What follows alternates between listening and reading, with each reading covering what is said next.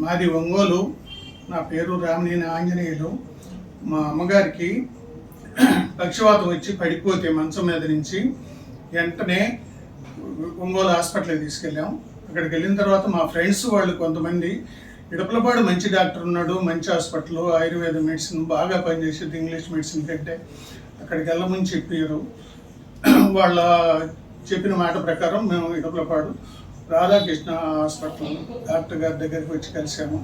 Sir వారం రోజుల్లో recovery చేపిస్తాను, ఇబ్బంది ఏం లేదు, మన పరిధిలో ప్రాబ్లమ్ ఇబ్బంది ఏం లేదు, మీరు చేర్చండి అని చెప్పారు. వాళ్ళ మాట నమ్మి చేర్చాము. చేర్చిన తర్వాత మాకు 5 రోజులకే రికవరీ వచ్చింది పేషెంట్లో. తర్వాత 10 రోజులు ఎట్టు పెట్టుకొని డిశ్చార్జీ చేశారు. డిశ్చార్జీ చేసిన తర్వాత ఇప్పుడు 2 నెలలు అయింది. వచ్చే రోజు కాలు లేదు, చెయ్యి లేదు, మూతి వంకపోయి ఉంది. వచ్చిన తర్వాత 5 రోజుల్లోనే మాకు మూతి వంక సవరణ వచ్చింది, కాలు చెయ్యి కొంచెం స్పందన వచ్చింది. తర్వాత 2 నెలలు ఇప్పుడు మా అమ్మగారు లేచి తిరుగుతున్నారు. ఆమె పని ఆమె చేసుకోగలుగుతుంది, ఆమె ఫుడ్ ఆమె తింటుంది, అన్ని పనులు ఆమె చూసుకోగలుగుతుంది, హ్యాపీగా ఉన్నారు. డాక్టర్ గారికి మాకు ఎంత రుణపడి ఉన్నాము, మేము ఎంతో రుణపడి ఉంటాము డాక్టర్ గారికి. ధన్యవాదాలు. ఇప్పుడు నమ్మకం వచ్చిందా ఆయుర్వేదం పట్ల? ఆయుర్వేదం పట్ల నాకు అంత ఉంది నమ్మకం ఉందిలే. ఇప్పుడు ఎవరైనా కనబడితే ఏం చెబుతారు? ఎవరైనా కనబడితే ఇదే చెబుతాం.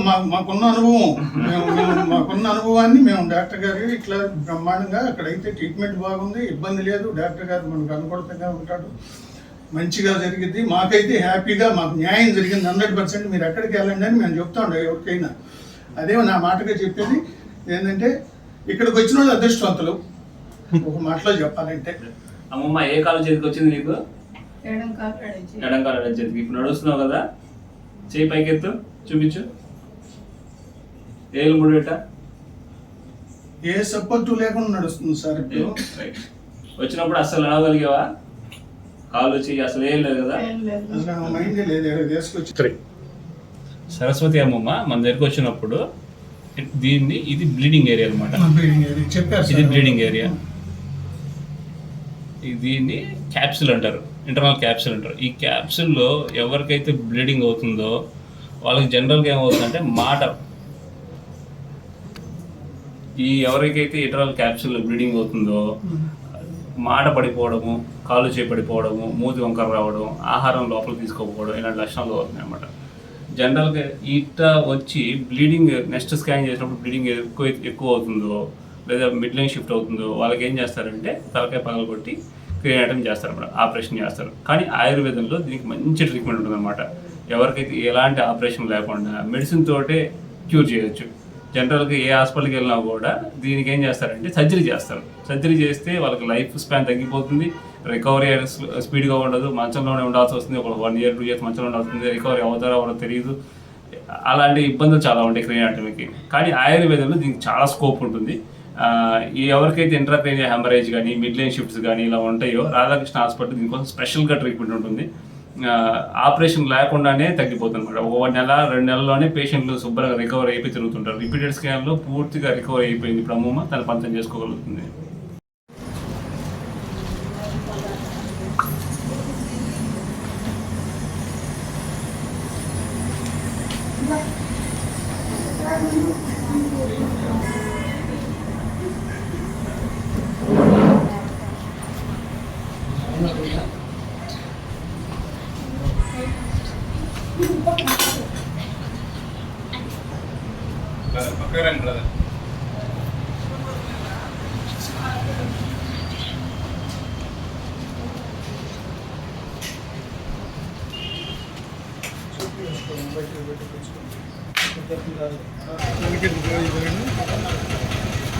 అవసరం లేదు, అవసరం లేదు.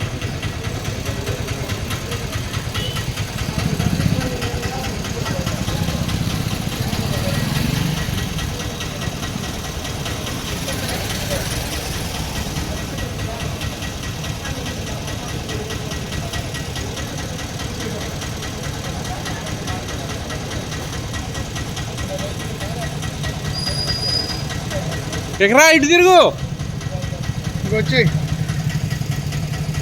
40 రోజులు బాగా ఇంకా అదే ఫుడ్ పోవట్లేదు సార్. Okay sir.